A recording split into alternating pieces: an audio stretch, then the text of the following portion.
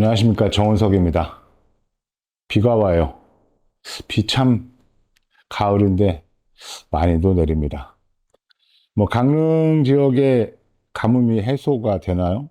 아, 그쪽 지역의 뉴스를 잘 보질 않아서 완전하게 해소가 됐는지 모르겠습니다.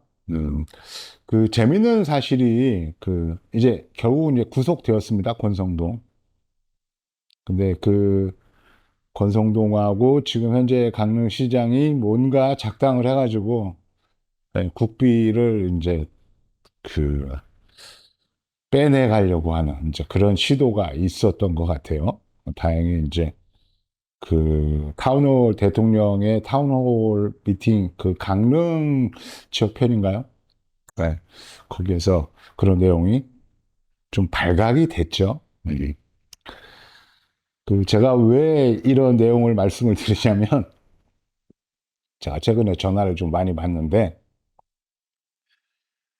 그 부탁을 좀 드릴게요. 음. 저한테 전화하시는 거는 정말로 좋습니다. 감사한 일이죠. 생판 처음 보는 사람에게 전화를 한다는 게 사실은 쉬운 일은 아닙니다.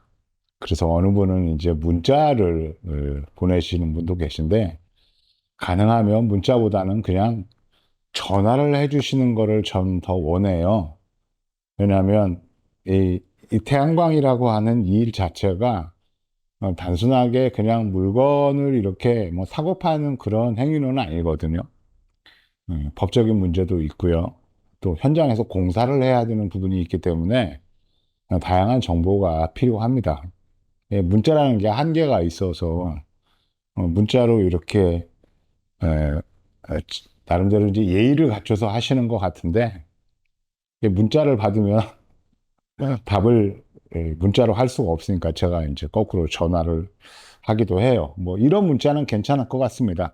시간이 나시면 제가 어떠어떠한 걸로 용무가 있는데 시간이 나시면 전화를 부탁합니다. 라고 이렇게 문자를 보내주시면 음, 제가 조금 더 자유롭게 시간을 할애해서 전화로 여러분들의 궁금증을 해소해 드릴 수 있을 것 같아요. 그 권성동과 그 현 강릉시장의 꼼수가 들통이 났는데 제가 이 얘기를 왜 하냐면 부탁을 드리는 거예요, 여러분들에게. 에, 여러분들이 이제 그 저를 통해서 뭔가 얻으시려고 하는 부분들을 한 번쯤은 정리를 한번 하세요.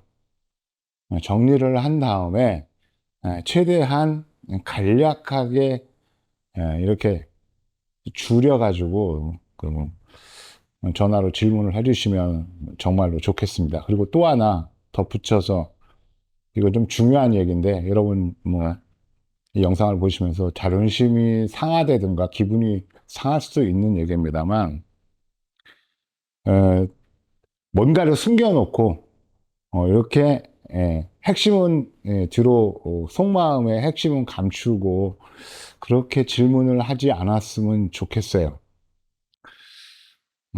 좀 건방진 얘기로 제가 이 일을 굉장히 오래 했지 않습니까? 그 매우 다양한 사람들하고 이야기를 해봤겠죠. 다양한 질문들도 많이 받아봤겠죠. 그래서 사실은 첫 마디만 들으면 뭘 얘기하고 싶은지 저는 거의 대부분 캐치를 합니다. 그래서 말씀하시는 중에 제가 이제 그 커트를 하고 도대체 뭘 말씀을 하시려고 하는 거냐고 단도직입적으로 제가 이제 훅 들어가는 경우들이 있어요. 근데 그렇게 해도 속내를 바로 얘기를 안 합니다. 그러면 이제 저는 어, 기분이 상하는 것보다는 짜증이 좀 나요. 왜?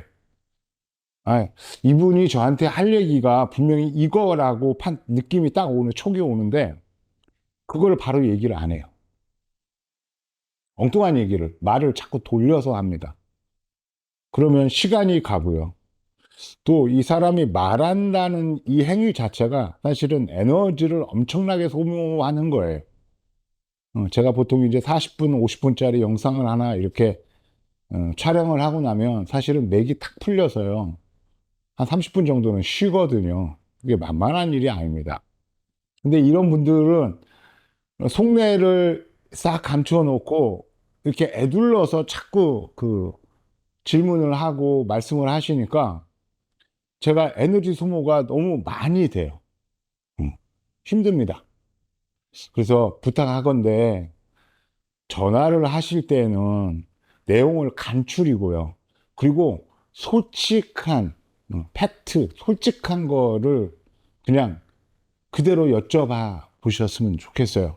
애둘러서 이렇게 하시면 저 엄청나게 힘듭니다.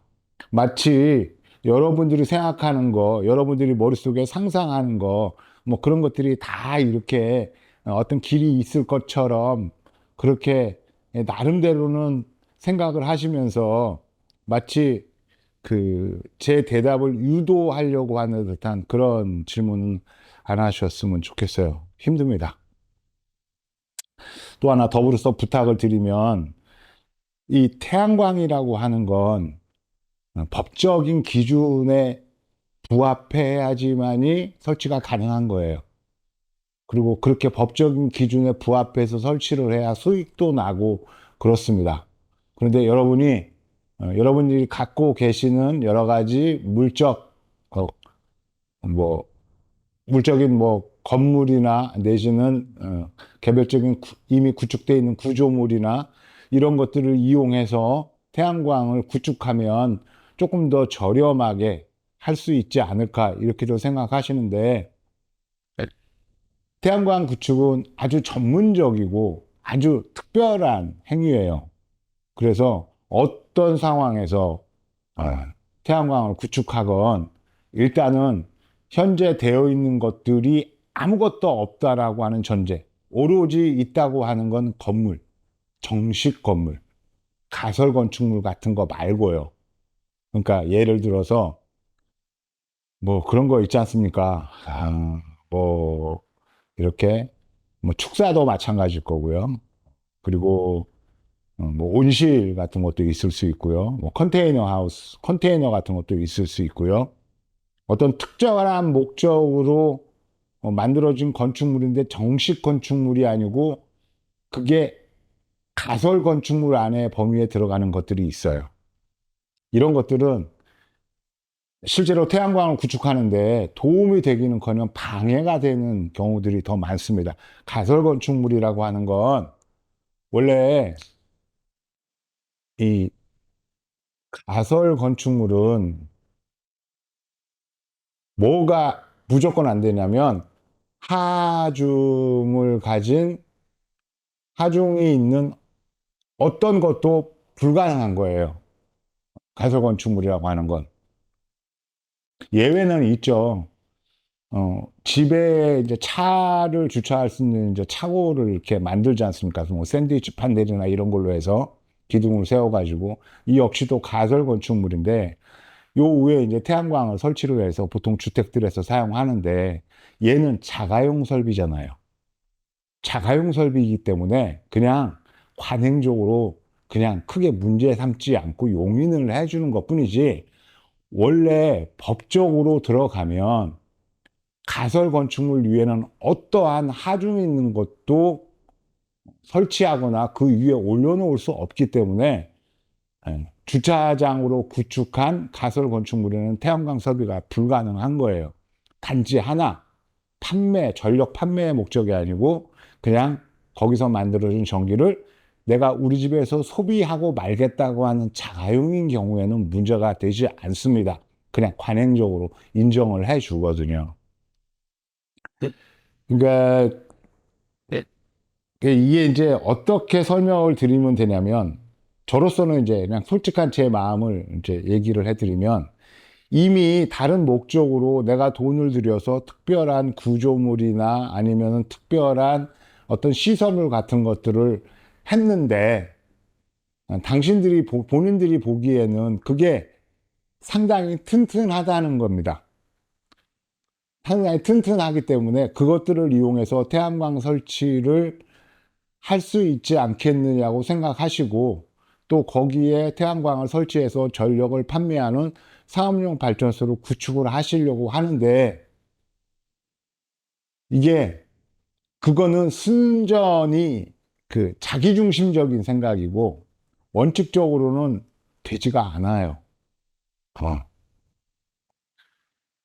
예, 이런 질문을 하면 저는 그냥 이런지하에 안 됩니다라고 딱 잘라버리는데, 그래도 계속 말씀을 하십니다. 아니 이게 뭐 태양 전지판 내가 확인해 보니까 장당 무게도 얼마 되지도 않고 크게 하중도 없는데 이게 왜 안 되냐고 저한테 따지시는 분도 있고 한데, 원래 모든 시설물은 최초 시설물을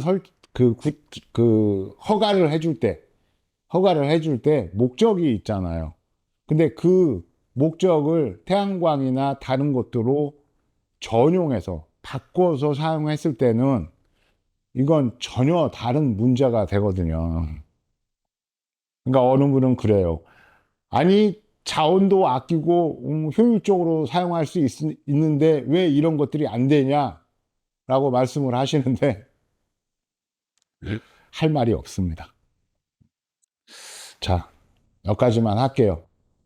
제발 여러분들이 생각하는 생각의 범위 안에서 모든 것들을 다 정리를 하고, 내 생각에는 이렇게 하면 될 것 같아 라고 해서 그런 것들을 관철을 시키든가 내지는 그런 것들을 할 수 있는 나름대로의 방법을 찾고 싶은 모양인데 그런 경우는 거의 없습니다. 제가 며칠 전이 아니고 한 2주 전인가 20kW 태양광 발전소 그 주택에 설치되는 그 자가용 PPA에 대한 그걸 둘러싸고 벌어지는 여러 가지 이제 사기성 행위에 대해서 나름대로 이제 고발 영상을 하나 작성을 해드렸는데, 그게 이제 조회수가 뭐 거의 뭐 14만을 넘어서 15만을 가고 있어요. 이 영상이나 글이 10만 회를 넘어가면 그때부터 사회적으로 영향력을 행사합니다. 그래서 나름대로 그 부분을 좀 보완을 할 필요가 있어서 영상을 제작을 하고 있는 거예요. 네, 흔히 이제 자가용 PPA라고 하는 부분들을 우리가 좀 눈여겨서 볼 필요가 있습니다. 이 자가용 PPA는 2018년 며칠이더라? 10월 24일 날부터 시작한 제도예요. 자가용 PPA가 왜 탄생을 하게 됐냐면, 태양광 발전소를 구축하는 행위 자체가 너무 복잡하답니다. 복잡해요. 일단은 허가도 받아야 되고요. 그리고 개발 행위도 해야 되고, 당연히 이제 공사도 해야 되고, 그 다음에 검수도 받아야 되고, 뭐 이런 일련의 과정이 필요한데, 허가만 해도 뭐 2달 걸리고요. 뭐 개발 행위 하는 과정에서 각종 이격거리, 주민 동의, 접경 지역에서는 군의 동의, 뭐 이런 여러 가지 것들을 이제 맞춰야 되는데, 이런 것들을 다 하다 보면 시간도 엄청나게 많이 걸리지만 상당한 에너지 소모가 일어나는 거예요. 그리고 또 하나, 이런 절차를 다 밟게 되면 전체 걸리는 기간 자체가 상당히 많이 소요될 수밖에 없습니다. 물론 이렇게 정해진 절차를 다 밟아서 하게 되면 장점이 있죠. 어떤 장점이 있느냐면, 이제 REC 가중치를 좀 더 받거나 아니면은 장기 고정가 계약 입찰에 참여할 수 있는 조건이 돼요. 그런데 예, 통상 태양광 발전소를 좀 크게 하시는 분들은 저 REC나 장기 고정가 입찰해서 뭐 단돈 10원, 킬로와트당 단돈 10원, 20원, 30원 더 받는 거에 대해서 크게 연연하지 않습니다. 보통 저걸 연연하시는 분들이 웃기게도 100kg, 200kg 이 소용량을 하시는 분들이 그냥 기를 쓰고 REC를 킬로와트당 뭐 1단계, 2단계, REC 뭐 이렇게 해서 막 가중치를 좀 더 받으려고 제가 좀 표현을 과격하게 쓰는데 발악을 하시는데요. 기본적으로 이 태양광 생태계에서 벌어지고 있는 이 수익 구조, 그리고 앞으로 태양광이 좀 더 영향력 있는 에너지가 돼서 이후에도 몇십 년 동안 아주 중요한 에너지를 공급하는, 그래서 사회적으로 절대로 무시할 수 없는 그런 형태를 갖고 있기 때문에, 그런 장기 비전을 갖고 계신 분들은 사실은 뭐 그 탄소 인증 모듈이라든가 인증 모듈을 써서 뭐 와트당 뭐 한 25원, 30원을 더 받는 거, 이것도 무시. 가중치, 가중치를 더 받기 위해서 노력하는 것도 별로 하지 않아요. 그냥 태양광 사업을 좀 큼지막하게 하시는 분들은 일단 기본적으로 S&P를 기준으로 해서 여기에 옵션으로 REC를 1로만 생각을 합니다. 그래서 심각하게는 이 REC를 사업 계획 안에서 아예 상정을 안 하는 경우들도 많아요. 보통 메가 단위가 넘어가는 사업장에서는 저런 것들은 별로 신경 쓰지 않습니다. 그런데 꼭 그 얼마 안 되는 소용량을 가지시는 분들이 저렇게 막 그 탄소 인증 모듈을 써야 되고, 그래서 뭐 2단계, 1단계 탄소 인증 모듈을 쓸 것인가, 2등급 구간의 탄소 인증 모듈을 쓸 것인가 해서 막 고민을 하시고, 건물위에서 REC를 좀 더 받으니까, 아, 저 맨 땅에 하지 말고 저기다가 막 싸구려라도 대충 뚝딱뚝딱 어떻게 건물을 쳐가지고, 뭐 버섯사나 아니면은 곤충사나, 내지는 미꾸라지 양식장이나 이런 걸 지으면 크게 돈이 안 들어갈 것 같으니까 그런 걸 져가지고 그 위에다가 태양광을 해놓고, 그러면은 버섯사나 뭐 이런 것들은 실제로 내가 한번 같이 해보지 그랬다가 엄두가 안 나니까 누구한테 이제 제발 좀 여기 와갖고 버섯 좀 키워주세요. 이거 맘대로 쓰셔도 되니까 여기서 곤충사 하시면 감사하겠습니다 하고 부탁을 하고요. 뭐 이렇게 되거든요. 왜냐하면 버섯사, 곤충사 이런 걸로 해서 REC 가중치를 1.5 정도 받았는데 부시에 단속 나와서 버섯사나 곤충사 같은 것들을 진행을 안 하고 있으면은 이 태양광 발전 사업 자체가 그냥 통째로 그냥 취소가 되는 경우도 있어요. 감당하지 못할 이제 그 모델을 만드는 거예요. 전부 다 욕심입니다. 제가 이렇게 얘기하면 어떤 분들은 아마 그럴 거예요. 야, 네가 한번 직접 해봐. 너라고 안 그럴 것 같아? 근데 세상은 분명하게 구분을 해야 되는 게, 우리가 뭐 편의점이나 아니면은 뭐 마트나 이런 거 갈 때 어떤 것들을 구매할 거라고 생각하면서 가잖아요. 가는데 가서 보니까, 아, 재수가 좋게도 내가 원하는 물건이 원 플러스 원이야. 그러면 기분이 아주 좋죠. 아니면 특별하게 그 제품에 대한 뭐 특별 할인 행사를 하고 있어. 그러면은 당연히 좋죠.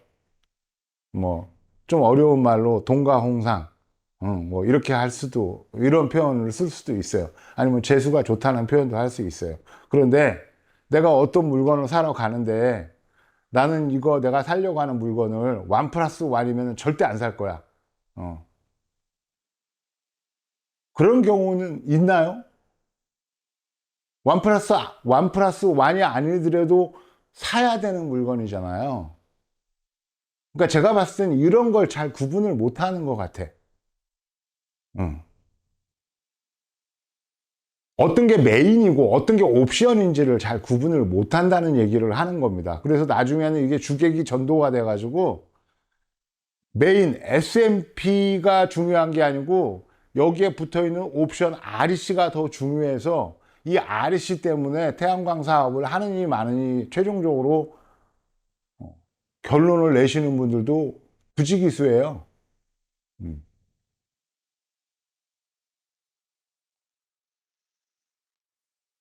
자가용 PPA에 대한 얘기를 좀 집중적으로 해봅시다. 2018년 이제 10월 24일 날 이 제도가 생겼는데 업계에서 태양광 발전소가 뭐 100kW, 200kW, 300kW 이렇게 되는 발전소도 있지만 작은 단위로 소용량으로 어, 남은 부지를 이용해서 발전소를 구축을 해서 소소한 돈이나마 내지는 그냥 그런 부지가 아까워서 여기다 태양광 발전소를 해주면 사회적으로 국가적으로도 도움이 될 거라고 생각해서 하시려는 분들이 있는데 이것들이 기존의 절차나 이런 것들이 까다롭고 기간이 소요되는 기간이 너무 길으니까 이런 것들을 좀 간소화 시켜달라고 계속 정부에다가 요청을 했었어요. 그래서 그런 절차나 이런 것들을 굉장히 단순화 시켜줘서 굉장히 빠르게 공사를 해서 발전소를 가동할 수 있게 해준 것이 자가용 PPA예요. 보통들 자가용 PPA는 그냥 20kg라고 생각하는데 원래 자가용 PPA는 용량에 제한이 없어요. 용량 제한 없어요. 1메가 이상도 가능해요.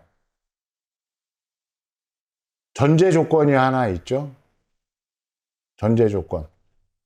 계량기가 신설되지 않고요.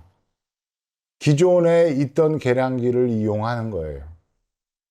이건 무슨 얘기냐면 내가 전기를 사용을 하는데 나머지 유유 공간에다가 태양광 설치를 해서 그 계량기에다가 접속을 해서 내가 쓰는 전기도 태양광을 통해서 충당을 하고 그리고 남는 전기를 이제 한전을 통해서 매전을 하겠다고 하는 게 기본적인 얼개예요. 이 매전은 S&P만 인정이 되는 게 아니고 REC도 같이 받을 수 있어요. 단 REC 가중치가 없어요. 자가용 PPA에서는 REC가 무조건 1이에요. REC 가중치가. 선택의 여지가 없어요. 그러면 이제 어느 분이 그러실 거예요. 사실은 그 상업용 발전소를 만드는데 아니 나는 어차피 맨 땅에다 할 건데 맨 땅에 REC가 그냥 1 아니면 1.2인데 내가 왜 어마어마한 절차를 밟아서 허가받고 그 다음에 뭐 이웃 주민들의 뭐 동의를 받고 이격거리를 따져가지고 개발 행위를 하고 이래가 이 어마어마한 과정들 그래서 어느 때는 뭐 가서 동의를 받는데 저 인간은 내가 평소에도 별로 보고 싶지 않은 인간인데 가가지고 이 도장 찍어주는 것 때문에 가서 허리를 굽혀야 되고 읍소를 해야 되고 자존심 상하고 뭐 이러는 것도 싫은데 그냥 자가용 PPA를 해버리면은 이게 허가라는 게 없어요. 자가용 PPA는 일단 그 자기 소유 토지에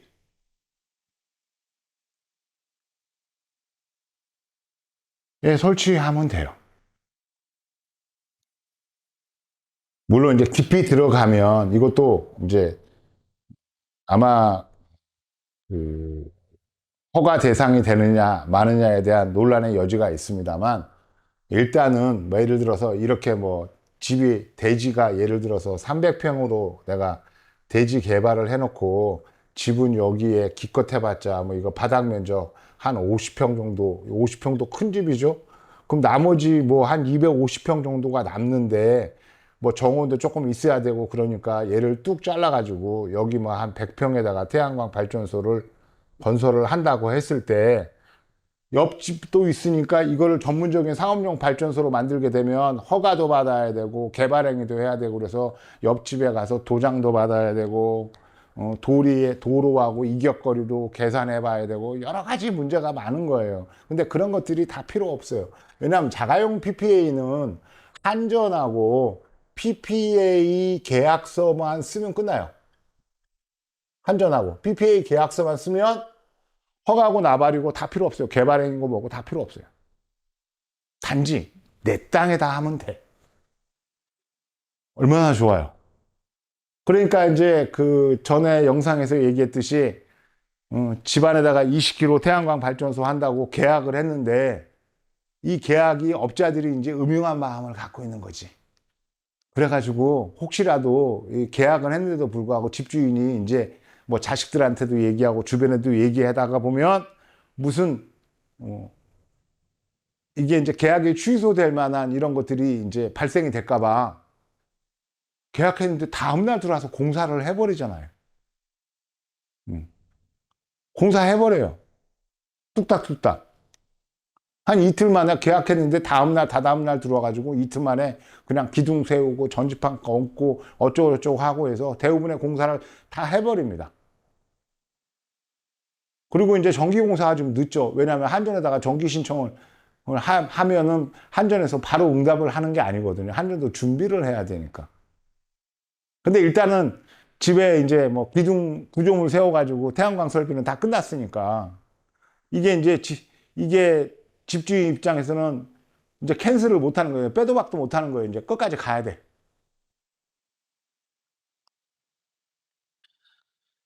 또 하나 이제 이런 것들을 하기 위해서 대출을 받게 되면 이 문제는 이제 꼭 얘기를 할 건데 태양광을 통해서 만약에 대출을 받는다고 했을 때는 대출을 유임장을 작성을 해서 업체에다가 의뢰를 하면 여러분 인상이 조져요. 절대로 안 돼요. 아니, 여러분들이 대출을 하면 여러분들이 끝까지 그 돈을 책임지고 다 상환을 해야 돼. 그죠? 여러분들 실질적인 재산이잖아. 그런데 이걸 왜 업체한테 맡겨요? 난 도대체 이게 도대체 이해가 안 돼. 아무리 업체에서 와서 구워 삼고 어쩐다고 해도 아니 대출을 어떻게 업체한테 유임장 인감하고 유임장을 써가지고 알아서 대출을 해갖고 오라고 할 수가 있어요? 최소한 내가 책임져야 되는 돈이니까 내가 대출해주는 금융기관에 가서 담당자하고 얼굴을 대면하고 서류 주면 읽어보고 금리 확인하고 내가 직접 서명해야 되는 거잖아요. 인감증명도 필요 없잖아요. 본인이 가면 되니까 주민등록증만 있으면 되니까. 이거 대출을 유임을 업체에다 의뢰해 놓으니까 그리고 이제 인감증명하고 유임장을 써주니까 업체한테 업체가 대출을 의뢰하면서 그 은행에서 돈 찾는 거 뭐죠? 그 창구에서 직접 돈을 찾는 뭐 이렇게 조그만 그 종이에다가 쓰는 종이 있잖아요. 입출금 거래선가 요청서인가? 업체에서 입출금 그 거래 입출금 요청서를 써가지고 같이 대출할 때 같이 그걸 집어넣게 되면 대출이 일어남과 동시에 공사비가 제일 먼저 자동으로 업체로 가버려요. 업체로 빠져버려요.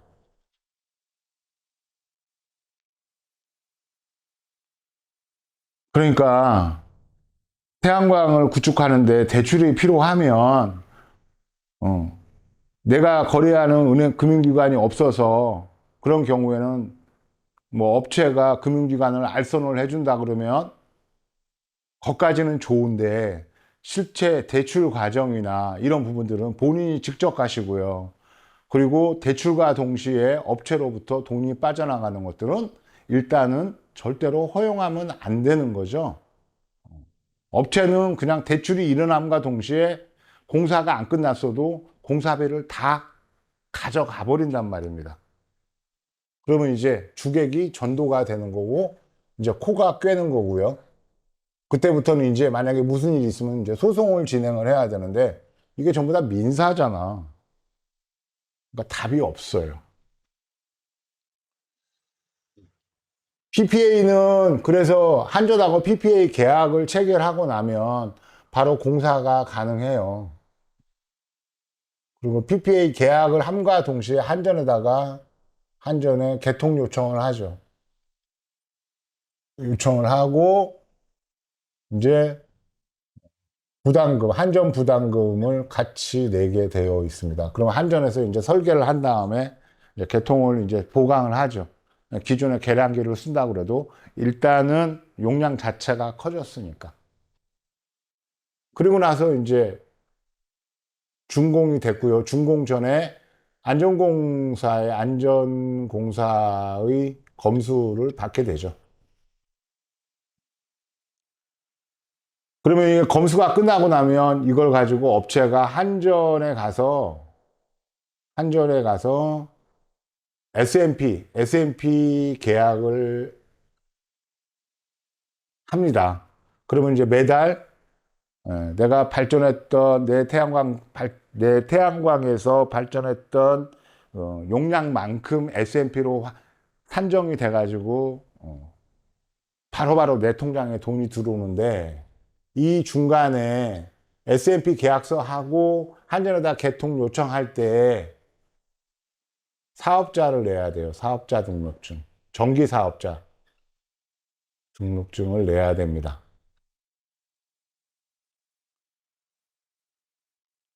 그러고 나면 한전하고 S&P 끝나있잖아요. 그러면은 이제 정상적인 업체 같으면 이 정기 안전공사의 검수를 기반으로 해서 한전에서 설치 확인서를 받아요. 설비 설치 확인서를 받습니다.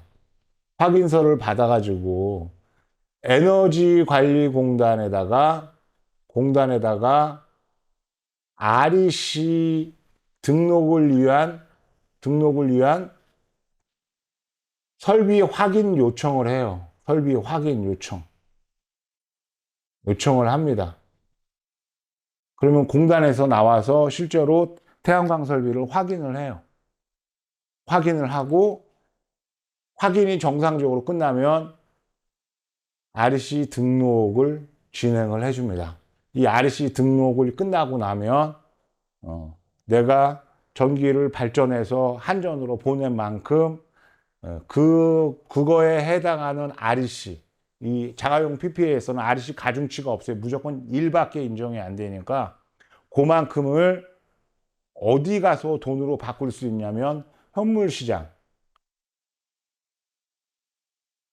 전력거래액소, KPX예요. KPX 홈페이지에서 마치 주식을 팔듯이 REC를 매도를 하면서 수익을 낼 수가 있어요. 근데 문제는 이게 이제 KPX에서 REC를 이제 매도를 하려면 그냥 할 수 있는 게 아니고 그냥 뭐 아이디 만들고 비밀번호 만들어 갖고 이 KPX의 홈페이지에 로그인을 하는 게 아니고 공인인증서라는 게 있어야 되죠. 사업하시는 분들은 다 알고 요즘에는 뭐 공인인증서 웬만하신 분들은 다 알잖아요. 카카오에서도 공인인증서 발급을 하니까. 하지만 이거는 이제 수익을 내는 공인인증서이기 때문에 카카오나 아니면 일반 농협이나 시중은행에서 발행하는 공인인증서는 무료잖아요. 하지만 이럴 때 사용되는 공인인증서는 이제 유료입니다. 별도의 기관에서 발행을 해요. 보통 한 2년 정도 이제 유효기간이 있는 유료 공인인증서를 발급을 받아가지고 그거를 KPX에다가 등록을 한 다음에 공인인증서를 가지고 로그인을 해서 REC를 판매를 하는 겁니다. 매달 판매해도 되고요. 모아서 판매해도 되고요. 보통 REC는 2에서 3년까지는 그냥 유효하니까. 근데 이제 보통 주택에 만약에 20km 정도의 이 자가용 PPA를 구축을 해놓고 나면 나이 드신 어른들이 이 REC 현물 시장에 거래를 못 해요. 못 합니다. 이걸 다 등록을 해줘도. 그러면 어떻게 해야 돼요? 자녀분들이 이거를 이제 대행을 해야 되는데, 다행히 매달 안 해도 1년치 한꺼번에 모아서 하면 얼마든지 할 수가 있기 때문에 자녀분들한테 공인인증서를 통해서 전력거래소에 가서 REC를 이제 매도할 수 있게끔 그렇게까지가 이제 안내를 하고 교육을 해줘야 되는 책임이 태양광 업자한테 있는 거예요. 근데 보통 이제 그걸 안 하죠. 그걸 안 합니다. 그냥 아까 얘기했듯이 대출이 일어나서 공사비가 업자의 통장으로 들어가기만 하면 그냥 업체로서는 빨리 손 떼고 싶어 하니까 어쨌거나 정기안전공사의 검수는 무조건 받아야 되니까 검수 끝나고 나서 사용자 검사가 통과되고 나면 그냥 그걸 가지고 한전에 가서 S&P 계약까지만 하고 REC 어쩌고저쩌고 얘기가 나오면은 뭐 대충 어떻게 뭐 얼버무린다든가 어쩌고저쩌고 하고 그냥 말아버리거나, 보통 이제 에너지관리공단에서 설비 설치 확인이 나오면 굉장히 까다로워요. 까다롭습니다. 그러니까 이제 에너지관리공단의 설비 설치 현장 확인이 좀 두려운 부분도 있어요. 그런 부분을 진행할 자신이 없으니까 이제 그때부터는 이제 태도를 돌변해 가지고 안 할 가능성이 되게 많아서, 보통 자가용 PPA를 했는데도 불구하고 바가지를 써서 공사를 했던 어쨌든 간에 RC 등록을 안 해줘 버리니까 결국은 전기를 팔아 가지고 받은 금액이 대출금도 안 돼서 내 돈을 거꾸로 보태서 대출금을 갚아야 되는 말도 안 되는 현상들이 벌어지는 거예요. 물론 이제 내가 하겠다고 싶어서 PPA 용량을 내 맘대로 막 산정할 수 있고 그런 건 아니에요. 그리고 또 하나 많이 아시겠지만 왜 20kW까지, 20kW 이하지? 요 20kW 미만으로 하는 거예요. 그러니까 19점 몇 킬로까지 합니다. 뭐 19점 뭐 몇 킬로 이렇게 하는 거예요. 왜 그러냐면 20km를 넘어가는 전기 설비는 매달 안전관리자를 선임을 해서 유료로 관리를 받아야 돼요. 용역을 줘야 된다는 얘기입니다. 그러면 20km라 하더라도 매달 한 5만 원 정도는 줘야 돼요. 근데 20km 해갖고 돈 얼마나 받는다고 매달 5만 원씩 대행료를 지급을 할 수 있을까요? 받는 금액이 얼마 안 되는데. 그러니까 그냥 20km 미만으로 해서, 이렇게 되면 이제 설비 설치에 대한 관리 권한이 소유주에게 넘어와요. 관리 권한이. 소유 권한, 소유자에게 관리 권한이 넘어옵니다. 그러니까 사실은 관리에 이제 사각지대에 이 설비가 놓인다고 봐도 과언이 아닐 거예요. 그러니까 어떤 면에서는 뭐 태양광 설비를 한 달에 한 번씩 관리하는 전문 이제 안전관리원들이 실력이 있고 없고를 떠나서 최소한 전기 설비에 대한 보고서를 작성을 하는 거거든요. 그 사람들이 와가지고 그냥 눈으로 보고 이상 없네 이상 없네 가는 게 아니고, 이 사람들은 전기안전공사에 매달 건건이 보고서를 작성을 해서 올려야 되기 때문에 여러분들이 생각하는 것보다 해당 발전소의 현 상태나 발전량이나 이런 데이터들을 다 기입을 해서 그런 다음에 보고서를 작성을 하니까, 이건 완벽한 관리는 아니겠지만 그래도 누군가는 객관적인 데이터를 중심으로 해서 관리가 이루어지는 거기 때문에, 그런 측면에서 보면 20km 이하 관리자가 필요 없어서 무단으로 방치되는 것보다는 차라리 돈을 얼마씩 주고 관리자를 선임을 해서 매달 설비가 정상적으로 유지가 될 수 있게 하는 이게 어쩌면 더 나을 수도 있어요.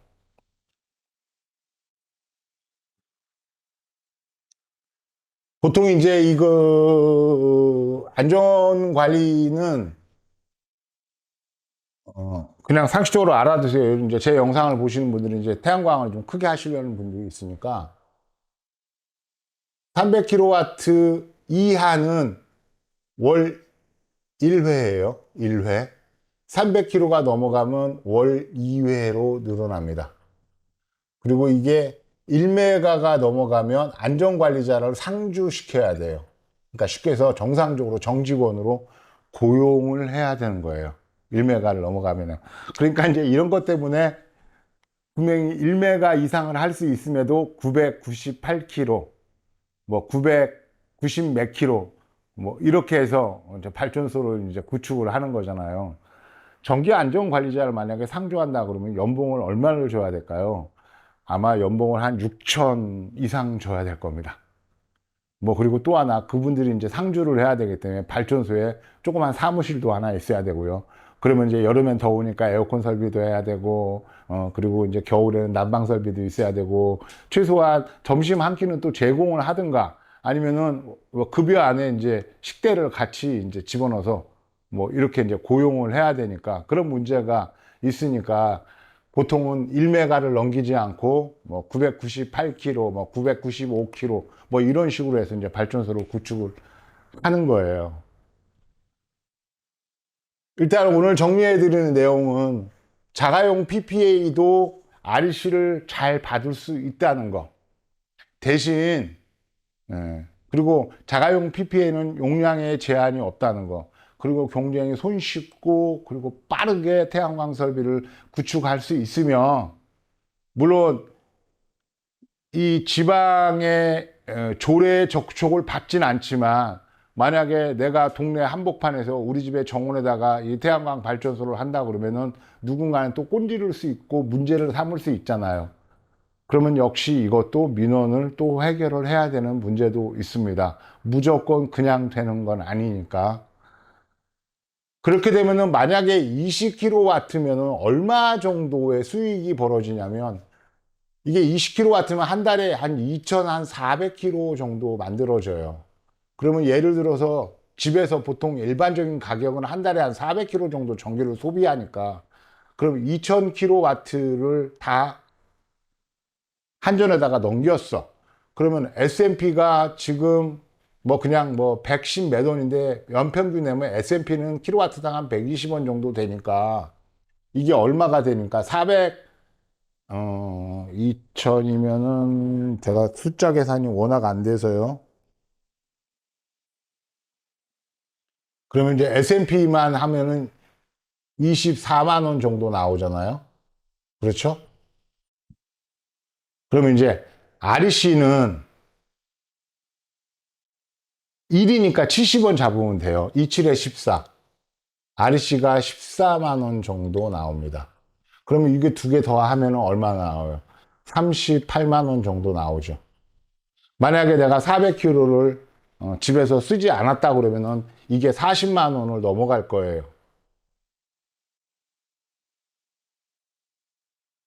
20kW짜리 이 자가용 PPA를 구축하는 비용은 순수 설비 비용이 뭐 다른 사람들은 얼마 받는지 모르겠습니다. 물론 현장마다 조금씩 다르긴 하지만 킬로와트당 100만 원 잡으면 되니까 2천만 원 정도 잡으면 돼요. 여기에 이제 한전 납부금하고 한전의 연계 비용이 추가가 되죠. 네, 제가 분명히 밝히지만 저는 수없이 많은 설비를 해주지만 이 한전 납부금하고 연계 비용은 제가 견적안에 넣지 않아요. 왜냐하면 이 부분은 그 집이 놓여져 있는 집 주변의 공용망의 상태에 따라서 얼마든지 금액이 다 달라집니다. 물론 한전 납부금은 킬로와트당 얼마라고 딱 정리가 딱 되어 있죠. 하지만 연계 비용, 그러니까 예를 들어서 20kW짜리 태양광 발전소에서 나오는 전기를 한전에서 받기 위해서 그 공용망에 변압기를 증설하거나 내지는 변압기를 하나 더 추가하거나 내지는 지금 현재 공용망이 포화가 돼가지고 그 망을 사용할 수 없으니까 우회해서 다른 쪽에 공용망을 끌고 와서 이 집에 20kW짜리 태양광 설비하고 연결하는 이 연계 비용은 상황에 따라서 다 달라요, 공사비가. 그러면 대충 얼마 정도 예상하면 되냐면 20kW면은 20kW면은 이게 한전 납부금이 얼마 정도 나오냐면 거의 한 300만 원 정도 나와요. 그 연계 비용은 얼마 정도 나오냐면 거의 연계 비용도 한 300만 원 정도 나와요. 그래서 토탈 이거를 한 5에서 한 600만 원 정도 잡아놓으면 돼요. 그러면은 20kW 순수 태양광 설비를 이 자가용 PPA 하는 거는 2,500에서 2,600 정도로 공사비를 책정을 해 놓으면 됩니다. 그러면 끝나요. 그러니까 2,500 들여가지고 매달 40만 원 정도 받는다 그러면 이거는 뭐 굉장히 괜찮은, 이거 완전히 이건 수익 사업 중에서도 아주 우수한 거예요. 왜냐면 금리로 치면 20%가 20% 가까이 나오잖아요. 그렇죠? 안 할 이유가 전혀 없는 거지.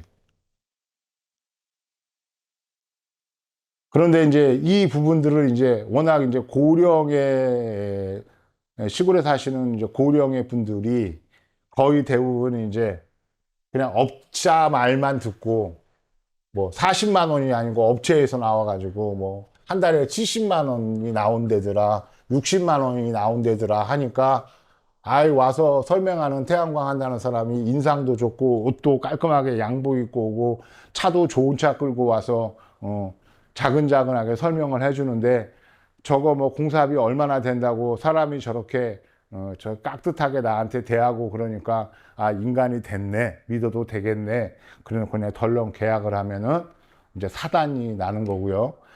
이런 일이 어떤 루트로 벌어지냐면 제일 빈번하게 벌어지는 게 뭐냐면 전화,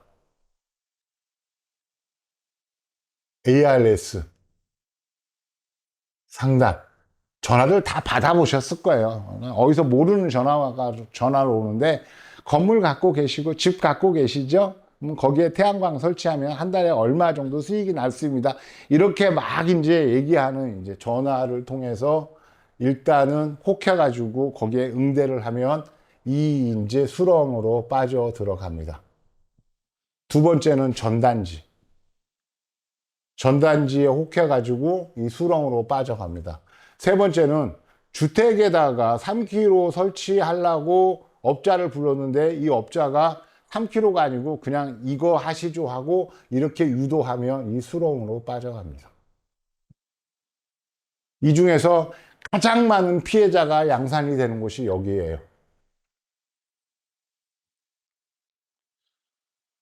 그러니까 극단적인 말로 전화를 받았는데 뭐 태양광 어쩌고저쩌고 하면 그냥 끊어버리세요.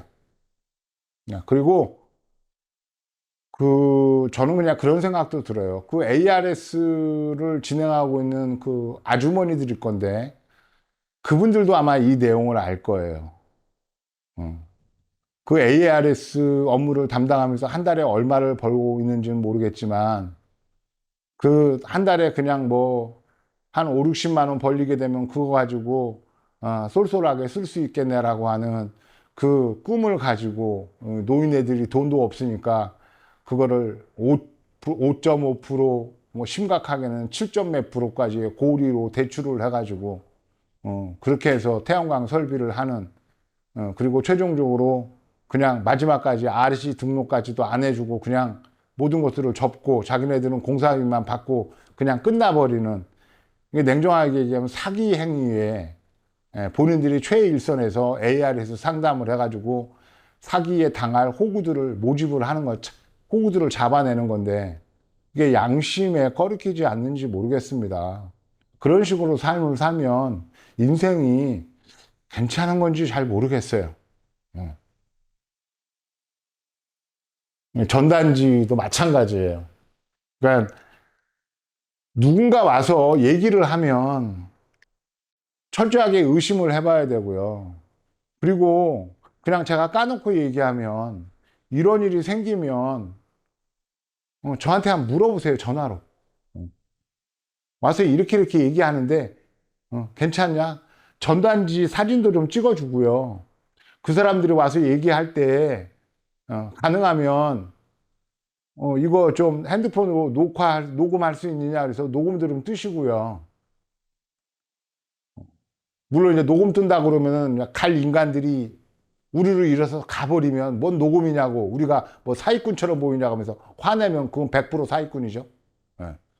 그건 100% 사기꾼입니다. 녹음하겠다 그러는데 녹음 못하게 하면 그건 100% 사기꾼이죠. 본인들이 사기꾼임을 아마 실토하는 자인하는 그런 게 될 거고 그리고 이제 주택에 3kg 하려고 그랬는데 저 같은 경우에는 기껏 해봤자 뭐 전기요금 사용 내역을 봐가지고 3kg는 좀 모자라고 한 6kg 정도 하시는 게 좋을 것 같습니다. 어차피 공사하시는 김에. 근데 터무니없이 20kg 하시죠 하고 이렇게 쭉 땡겨가는 이런 작다들은 다 사기꾼이라고 보면 돼요. 그리고 제발 이런 내용들을 좀 많이 알려주세요. 많이 알려주시고 20kg짜리 태양광 설비해갖고 한 달에 40만 원 이상은 죽어도 안 나와요. 이 이상의 수익이 발생이 된다고 하는 인간들은 무조건 사기꾼이에요. 무조건 사기꾼입니다. 그러니까 절대 응하시면 안 돼요. 그리고 또 하나, 이걸로 인해서 이렇게 벌어지는 이 행태로 인해 가지고 자가용 PPA에 대한 이 사회적인 인식이 너무 나빠요. 경쟁이 쉽고 빠르게 태양광 발전소를 구축을 할 수 있음에도 불구하고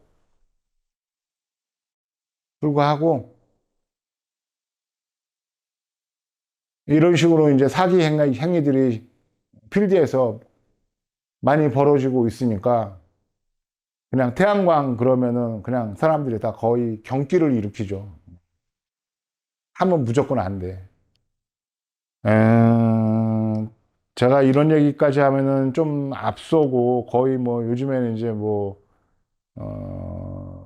김건희 씨 때문에 뭐 천공이나 건진이나 뭐 이런 사람들 때문에 대한민국이 얼마나 그 말도 안 되는 무속에 빠져 있는지 거기에 의지하고 사람들이 매달리는지에 대한 이 괴기한 이 사회 행태에 대해서 여실하게 우리가 다 확인을 하고 있잖아요. 참 21세기 첨단 과학의 시대에 아직도 주술이나 미신 이런 거에 사람이 혹한다는 게 참 이해할 수 없는 일이긴 한데 앞으로 태양광이 도대체 얼마나 오래 갈까요? 그냥 기간은 상관없습니다. 대한민국이 지금 현재 설비 비중으로 했을 때 태양광이 한 10% 정도 돼요. 이 설비 기준, 설비량 기준 10% 정도 됩니다. 이 설비가 30에서 한 40% 정도 되면은요, 태양광이 그때부터는 더 건설이 되면 안 돼요. 대략 이 시점이 어떤 시점까지 될 것 같으냐면, 대충 한 2035년 정도 될 것 같습니다. 근데 왜 늘어나냐면 두 가지 때문에 억자가 될 건데, 우리가 전기 에너지를 다양한 방식을 통해서 얻어야 되거든요.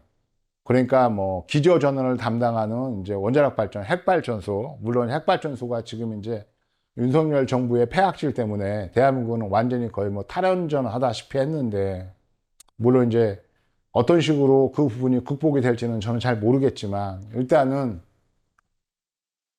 여러 가지 발전원들을 이제 조합을 해서 거기에 각 발전원의 장점을 이제 최대한 부각을 시키면서 전력을 믹스를 해서 써야 돼요. 에너지 믹스를 해서 써야 되는데 신재생 에너지가 30에서 45% 이상, 40% 이상 넘어가게 되면 이제 이 에너지원들에 대한 어떤 불균형이나 이런 것들 때문에 아마 억제가 돼야 되지 않을까 생각을 하고요. 두 번째는 이쯤 되면은 수소가 본격적으로 등장을 하게 될 거예요. 그럼 얼마 안 남았어요. 한 10년. 10년이면은 금방 가요. 그런데 보통 태양광 발전소 하시려는 분들이 인허가 오케이 확인 받았어. 개발 행위도 오케이 확인 받았어. 그런데 최종적으로 한전의 개통이 없대. 그러니까 멈춰요. 근데 내가 저번 영상에서 그랬죠? 인허가까지를 진행을 해서 완료해놓고 한전에다가 이걸 기반으로 해서 개통을 요청을 하고 대기해야 되는데 아마 지금 현재 태양광 발전소를 하고 싶어 하는 사람들이 거의 대부분 완전하게 개통이 확보가 돼가지고 발전소가 실제로 구축이 될 수 있는 시점이 거의 2030년이에요. 2030년. 제가 봤을 때 그 전에는 물론 몇 개는 되겠지만 거의 대부분의 지역들은 2030년 정도 돼야 개통 연결이 가능할 겁니다. 그러면 태양광 발전은 지금 준비해서 대기 타고 있어야지만이 대충 이쯤에서부터 공사를 해가지고 발전을 할 건데 대충 2035년이면 설비 비율이 30에서 40% 정도까지 올라갈 거고요. 그러면 그때부터 전체 국가 단위에서는 태양광 설비가 억제가 될 가능성이 많기 때문에 여러분들 개통까지 다 확인한 다음에 나 그때 가고 안전하게 태양광 발전소로 할 거야. 그렇게 생각하시면은 영원히 태양광 발전 사업을 할 수 없을 수도 있어요.